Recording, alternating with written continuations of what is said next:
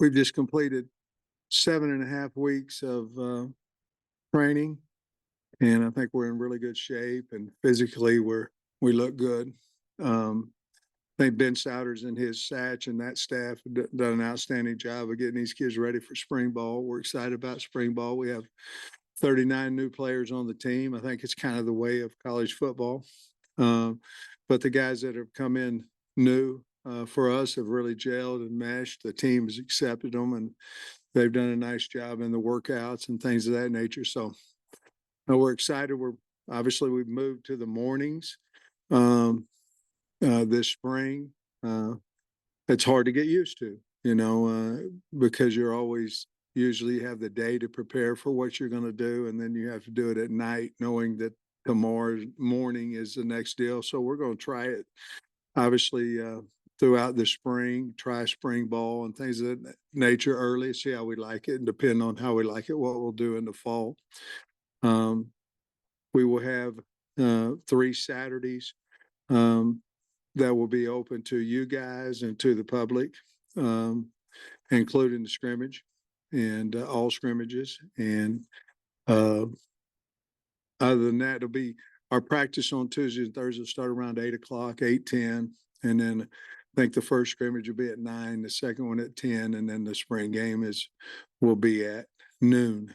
But I like where we're at. I think every coach in America will tell you that they like where they're at right now.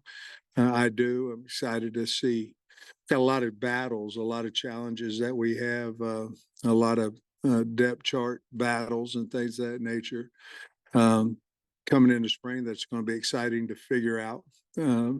But other than that, I'm excited about the new coaches that we added with, 3 on offense with, of course, Coach Petrino and Eric Mateus and of course, Ronnie Fouch. So those guys have done a good job. The players have taken to those guys too, and it always works both ways. So excited about where we are, and we'll see what happens with that. I'll answer any questions you might have. Thank you. As you mentioned, a lot of battles, but quarterback is obviously one that draws a lot of attention. You mentioned in a recent interview that you'd like to have it, I think, wrapped up in the spring. Yeah. I think we can. I think, with some of the things that we're doing 7-on-7, we'll be able to, it's going to be a lengthier period, more reps and things of that nature. We have to see who can throw and who can catch, for that matter. And then we need help, and we need work in the secondary, because we did bring in 3 new guys in the secondary too. So we made that period's usually been 12 minutes. We went to 20, trying to make sure everybody gets the right amount of reps so we can get the evaluations on both the quarterback, the receivers, and the safeties and the corners.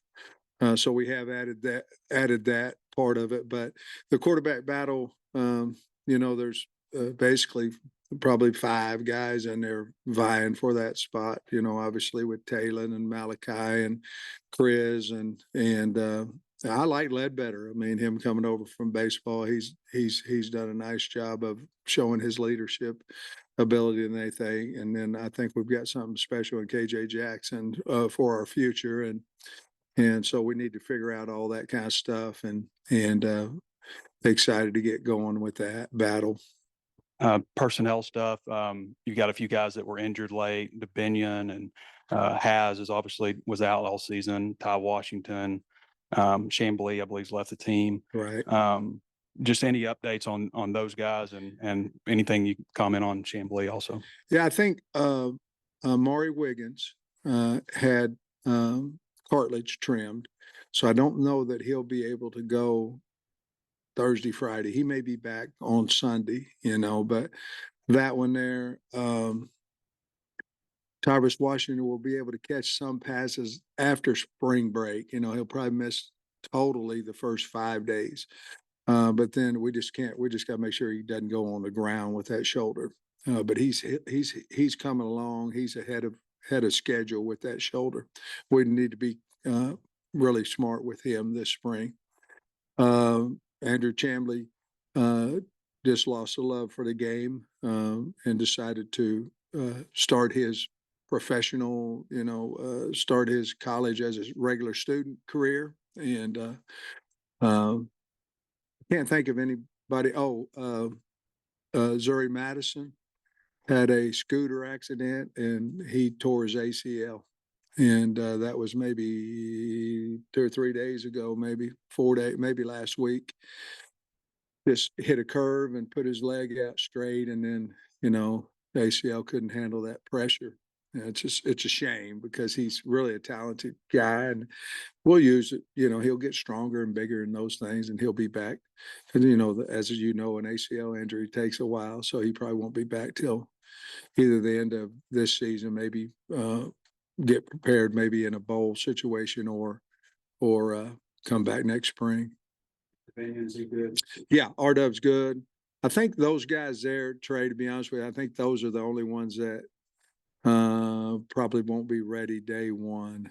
Those guys we just talked about. And I may have missed guys because they were over in the slot that they're not going to practice. But I think Ty was one of those guys. And you remember anybody else? I can't remember anybody else, to be honest. If I didn't remember, it wasn't because I was trying to hold it from you. I just forgot about them. Luke is back. Has. Say again. Luke has. Yeah, he's back, ready to go, and really looking good in all the running and things of that nature, lifting, and nothing holding him back. A lot of new faces on the offensive line, but also some returning guys like Kudus and Crawford. Just what are your impressions of them entering spring? Yeah, we're moving Kudus inside. I think with our guys that we got out of the portal, I think it allowed us to do that. And we're going to keep Tykeist out there at tackle. But the guy that I've been really impressed with is Marion Harris. Some of the things that he's been able to do. I think, he's been here. Waiting your turn is not really a very good, but he's been patient with his opportunities, and I think he's ready to move on up, and he certainly is working like that. And so those guys back with Wiggins, and he'll be back. It'll be a couple days, but he's about ready. It'll be 3 weeks Thursday, I believe, 3 weeks Friday since he had his trim. And so I think he'll be back sooner than later. And we did lose a lot of offensive linemen with medical red shirts and obviously with Andrew's situation. But I think the 3 that we replaced, they're going to help us. I like the 2 tackles, and of course Nichols is.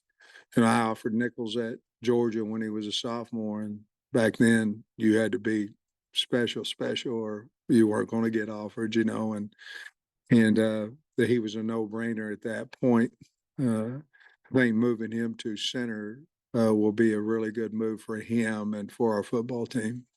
And then linebacker room, pretty inexperienced, but I mean, Yeah. do you feel good about the talent you have in there? I do. I'm really excited about those guys. With Spence, I like Spence and Sanford, and Carson Dean is a guy that can run and is big, and then Xavier Sori has been a good addition to the room. Those guys, I told T. Will we'll wait and see after spring ball what we're going to do in the portal. I like Juju Pope. We moved Juju there. He's a little bit undersized right now. He's about 205, but he has that linebacker mentality.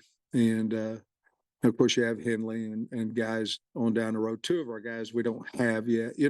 What's amazing, guys, is you have a team, and here's how times have changed. You have 3 guys now. Let's take away portal if something happens in April or whatever. I'm talking about today. You have 3 guys that aren't here, and the rest of the entire team that's going to play in 24 is already here. Hadn't that changed, from high school early graduations? And 2 of those, Wyatt Simmons and Brad Shaw, are linebackers, that are not here yet. And of course, Johnson or Cross is not here yet. Those are the 3, but other than that, they're all here, and I think we're really going to see. They all can run. They're all big enough. They're all physical. They just haven't had the opportunity to get out there yet, and so we'll find out what we have. I think we're going to find that we're pretty good there. Young doesn't always mean you can't play. It just means you need experience, and so part of the thinking with opening up the practices is because we are going to have some young kids and the quarterbacks, especially besides Taylor, that haven't played in front of people. And hopefully it'll kill two birds with one stone. We invite the state in to watch the kids play, and then they'll play it in front of people, and it might help them, and we'll be able to find out a little bit more about them. That part of that went with the linebacker group as well.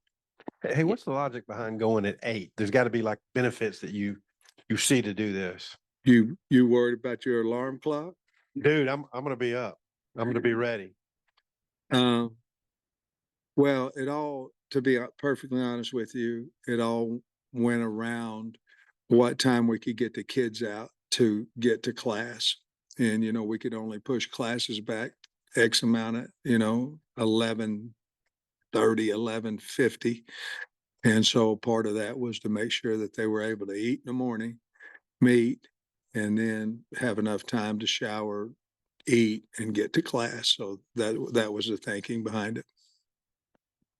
Yes, Sam, going back to the opening up practices to the fans and everything, is that going to be kind of do you anticipate that being the norm now, or is it just because you do have some inexperience on this team and want to get them in front of the fans and everything? Well, it came about because of the latter part of that question. I don't know, I really don't know. Whatever it is that makes us play better. And, it's just like, we're so worried about people knowing this and that and the other about us. And I'm talking about our opponents, not our people of the state, but if our state knows it, our opponents know it, So I think we've been worried for so many years about all that, and I have too. But the bottom line is we've got to get ready to play Pine Bluff, and that started in January. And by the time we play Oklahoma State, they're going to know a lot about our team anyway, because we just played a game. So it was more about us and do we believe that we can grow the love back for the Arkansas or grow the love for the Razorbacks by opening it up and us benefiting from it as well. I don't know what the answer would be in the fall, but I'm assuming that it'll be much more lenient than access to the players and coaches and things of that than what it has been in the past. And I think about this time last year, you told us about how you're planning to maybe go for it more on fourth down and everything. I read an article recently that you said you're going to maybe go back to go following your gut. What made you maybe go so far into the analytics last year? And then was it just an easy choice for you to switch Didn't back to work. going with your gut? Or Well, I was over. When you're batting over, in the major leagues, you go down a level, at least I have an opportunity to fix it. And so, you're always going to have disagreements, and even in your own staff, whether you're going for it or whether you don't. I found that the faster you make the decision, the more you're going to stay with the decision. You know what I mean? Because heaven forbid you make a decision and they call timeout and you go, oh, well, are we really doing the right thing? And try to talk yourself out of it. So we will have the analytics available, but just because it says go, that was kind of I went more off of analytics last year than I did off of myself. And it was very uncomfortable for me. And then when we did it, it didn't work. And so we're going to hopefully find a happy medium that when we make a decision, it works, So what did you see from Jacoby from a physical standpoint, from a leadership standpoint, since he's been here? He's got a strong arm. I think that's the thing. And he's a guy you can count on work ethic wise and things of that. I certainly wish he was, will continue to get more vocal and those leaderships by skills by verbally in being more vocal. But he's got a strong arm and it'll be a battle there with those guys. And Taylor Green, same question. What? Taylor Green's outgoing. He's got a personality, says what he's thinking, but not too much, if you know what I mean. He's not got a lot of respect from him coming in here and from the team, obviously from the coaches, but his work ethic and things of that nature. I think he might have a little advantage on all the guys because he ran a team, and so it may come a little bit more natural right now for him than everybody else at this point. The decision for the early practices, though, you surely though had felt like there'd be a benefit to you and the staff by doing it, because I can't remember early practices here. So what is it from your standpoint that this will be a benefit to us? What it went into the thinking? Well, we felt like we could get, and the beginning was we felt like we could get better tutoring, and we felt like we could have less guys with, in the evening, a lot of times you'll have 10, 12 guys leave the last 30 minutes of practice. We just thought our scheduling so we could have the entire team would be better, along with, we felt like we could get better during the day tutoring. And that's where it started from. Then I started talking about from different coaches on our staff that had been in the early morning. They all liked it. You get up and you go play ball. The kids liked it. I did it one time when I was at Tennessee for 1 year in 12. That's the only year I was there. But in 12, we did it. I liked it. I'm still having a hard time wrapping my mind around fall. I feel like Mondays are so valuable to us that you're going to need Sunday, to wrap up the previous game. And then you're going to need at least 5 hours that night to work. And then you're going to need the other 5, 6 to get ready and continue the work towards a Monday practice. I don't know that we'll do it in the fall. I haven't been able to wrap my mind around losing a Monday practice. And I don't want to take Monday off and Sunday on. I don't think you can prepare your kids Sunday for a practice when you get home at, 2 or 3 o'clock in the morning. So, will I do it again? I don't know. I'm so damn old that I'm used to what I like, and I think we'll have a big discussion at the end of it. I don't really know for sure if we're going to like it or not, Tom. I have liked the off season, the 7.5 weeks, but we haven't had spring ball with it yet. So maybe that'd be a good question after spring ball. Sam, we spoke to you after Landon announced, but I don't think we got your thoughts on it. Just like, how much of a boost has it been, him specifically coming back, and what does his presence mean for just the culture of the program, having that kind of experience? Yeah, he's a great kid, and I don't know that we were ever concerned, and that's not that way with everybody, but I don't know that we were ever concerned with him leaving and going in the portal. I think it was leaving and going to the NFL. And so, obviously, we had to work through some hoops and different things, but he always wanted to stay. But it means a lot to the program. And the more kids you have like that wanting to come back, and then they get into the mode of, we have something to prove. Last year was not, indicative of what the years before were and things of that nature. And I think the more you get around guys, it's that way, it'll help your team. But he's, obviously with him being a captain, and coming back, I think was a big, big deal. And for just who he is. It's only been a couple months, but have you seen any immediate benefits to having Coach Petrino on staff, and just some of the positives that maybe he's brought to the entire program? Well, I like all three of them. I like, and of course Bobby runs it. He runs the offense, but I think those three guys have helped us. Bobby's very organized, and it's his offense, and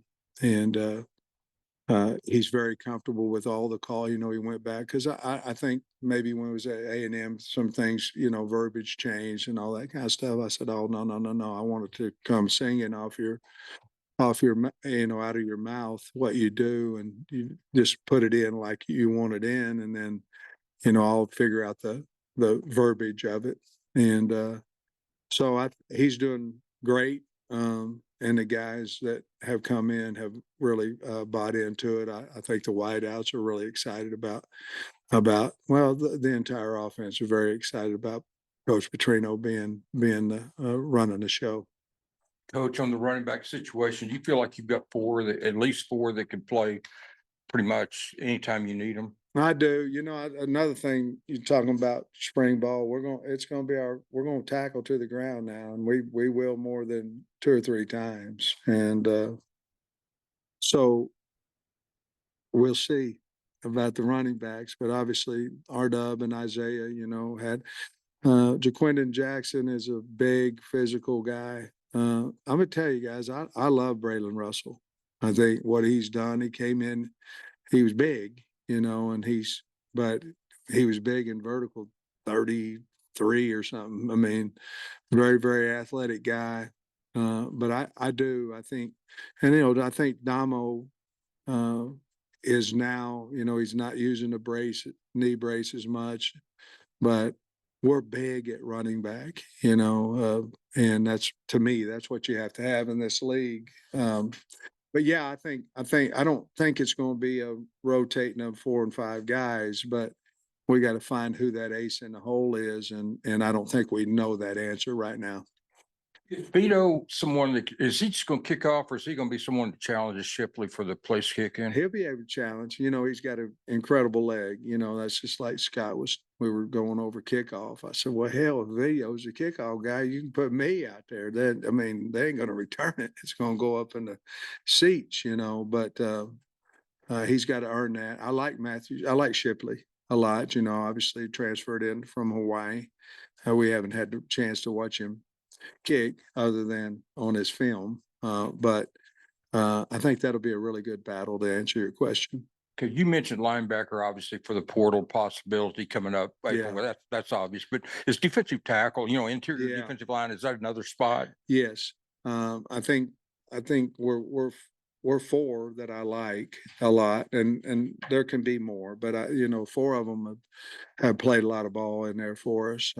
Gaffard, not quite as much, but he was on our goal line package, things of that nature last year. But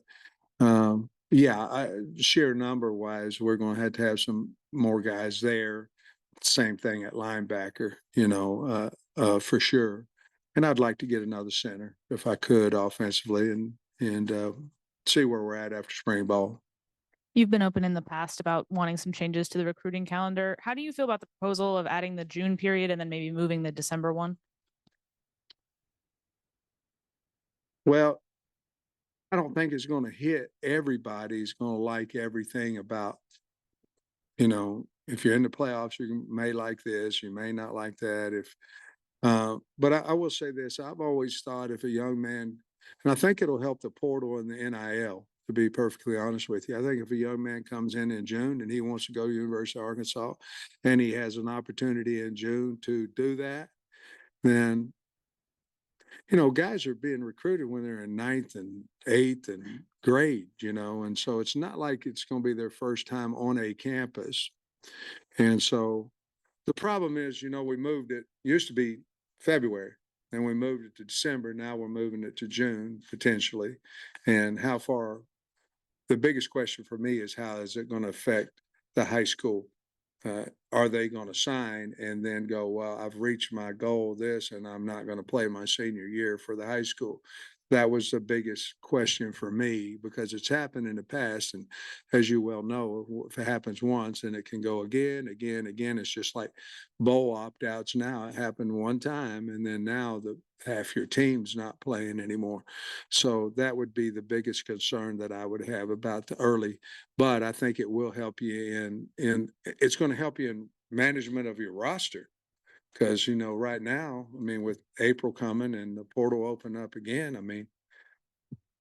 one of those portal things got to stop. To me, it's once, but from what I understand, it probably never go back to one time. But I do think it'll help you manage your roster. And to me, it will take some of the bad blood out of recruiting late. Coach, when you're going back to your wide receiver room and what you like there, developing that room, continuing to build that talent while also, as you have a QB battle, working on that chemistry with these quarterbacks, how are you balancing that this fall? Yeah, that was the thought of 7-on-7, so we could see, you know, make sure, because we do have we got to figure out whether we're going to stay where we're at or go in the portal for some depth at wide receiver as well. You know, we haven't seen Jordan Anthony hardly at all. I saw him over there running a 60. He's really fast, you know. But that was the only portal guy that we brought in, and CJ Brown was, by the way, doing fantastic. He's really got a solid future. But the rest of them are all back. You look at a Desmond James, you know, who was a state 100-meter champion in North Carolina, 6'2", big, physical guy that can run, but he didn't get on the field last year. It's his time. You know, he's got to do that. He's got to get up in my opinion, into the top 6. You look at Isaiah Sategna.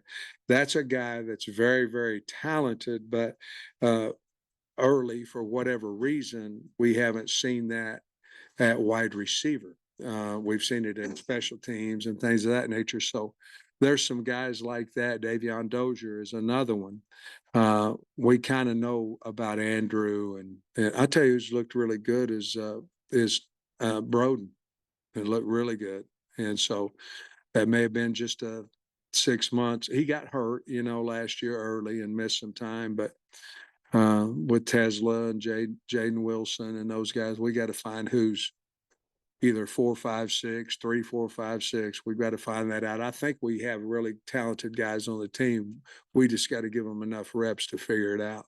And I ask you about Jordan Anthony too. What's his schedule going to look like with you guys and still doing track? When we had walkthroughs and we had meetings, he's coming to us. Everything else, including his strength training, speed training, was done through track.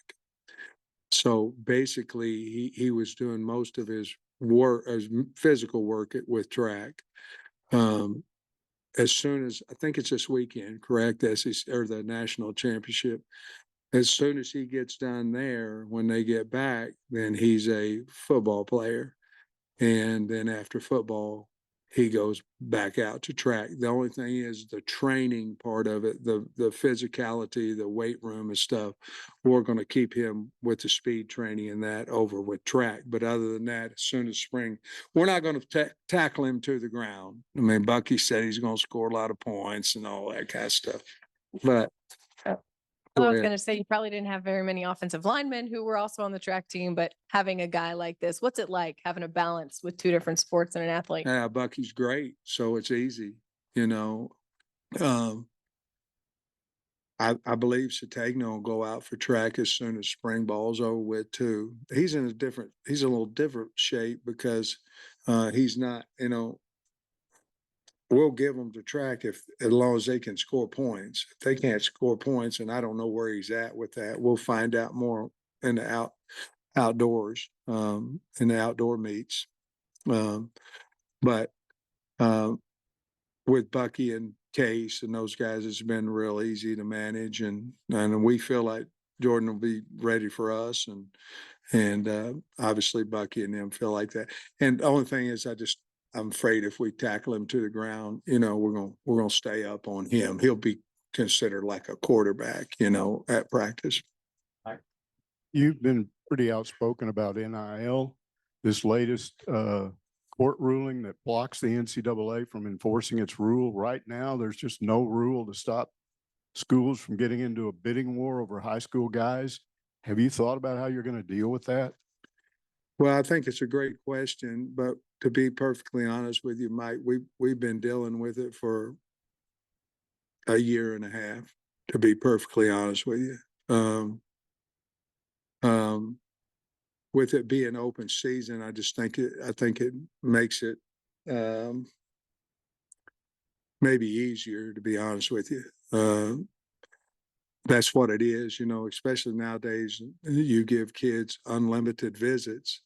And if they go to this one and this is what they're gonna pay, and the next one, you're not gonna get him because you know what he's gonna pay. So what are you gonna do? You're gonna pay more. Next one's gonna pay more. And kids are smart too, and so we've been dealing with that for a while.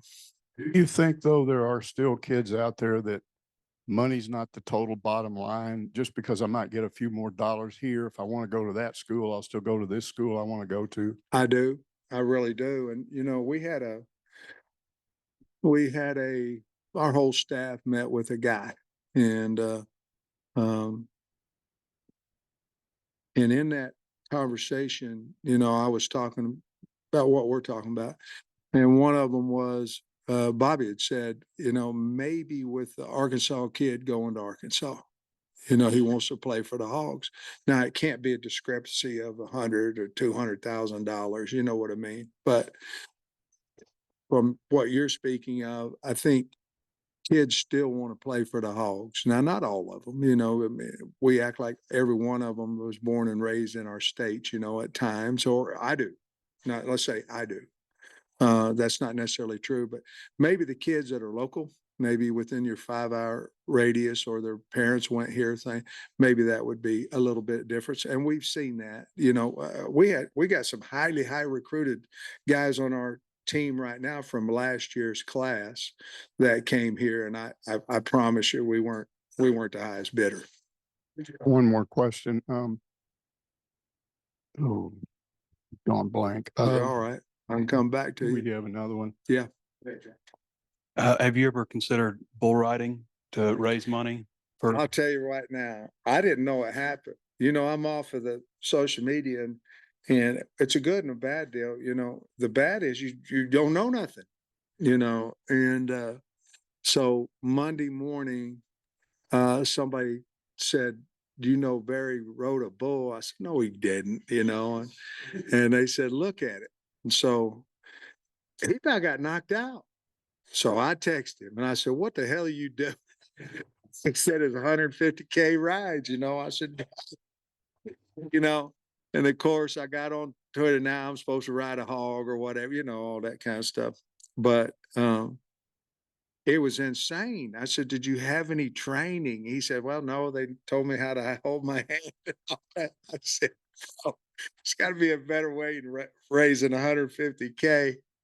But that's Barry. I mean, he's tougher than hell. He always been that way. And I'm just glad that he didn't get hurt. I don't know if this is accurate or not, but I read on the internet that next month there's going to be a vote on whether or not to allow in-helmet communication. Yeah. And I just wanted to get your reaction if that passes, what it would be like to have Coach Petrino to be able to talk directly to quarterbacks. Yeah. I think that, I'll be honest with you, Mike, I think they're going to pass it. I think that's more closer to passing than, well, I'm pretty sure they're going to pass it. And yeah, I think so. I think the advantage is if you have a calm, cool, collected, guy talking to, well, here's your advantage on offense. You could huddle and you wouldn't have to, nobody'd steal your signals because you got a guy talking directly. Now, if you don't, then you're going to have to, it might not change a whole lot except for that calm, that, hey, look for this, look for that, So it's going to start with 40 seconds. Your communication will start when the 40-second clock starts. And then at 15 or whatever becomes, like if you snap the ball at 20, then it goes off. But at 15, it goes off. It's basically what they're doing in the National Football League. You'll get one there and you'll get one on defense too. There'll be a little, I think it's a green light on the helmet of the guy that has it on. But it's going to pass, along with tablets on the sideline and, things of that nature. High school's been doing it for a long time, and live video on the sideline, that'll pass as well, I believe. And I think it's a good thing. To be honest with you, we talked about, why don't you just put everybody in one, and then there was something about liability, insurance liability and things of that nature. But you want to stop anybody stealing signals and things like that, you just put everybody in one and they're hearing one voice and things of that nature. Before we'd ever heard Arkansas Edge, you said you were real excited about, the changes with NIL and stuff. You pleased with the transition from one Arkansas to Arkansas Edge? Yes. Jashad Stewart, I don't believe he's on the roster. There hasn't been any update on him. Jashad's no longer on the football team. How's that, Mason? I was curious your impressions just on the recruiting trail of your 3 new assistants on offense. Yeah, I went out with all of them, you know, and I really like the guys. I mean, Eric, we put him out down in Texas, you know, where he had been working, you know, with Baylor and then Kansas City and over in the Jukes in Kansas because he played at Hutch JUCO and knows that league and all that from Kansas City. You know, when you got your good coach, you go over the recruiting board and it's, you know, some guys going, yeah, he's from, and they're looking up there, you know, and you're going, take him down. We got no chance. We ain't been recruiting him. You know what I mean? Eric's on it. Ronnie Fouch. Ronnie's really good get. Bobby had recommended him, and a really good get here. And of course, Bobby's one of those guys that I don't know if he can get any quarterback he wants, but he can get most any quarterback that he wants, and just from his reputation. And so all of them have been really, really, really good hires, and I've enjoyed each one of them, knowing them as a person and getting to know them that way and their family.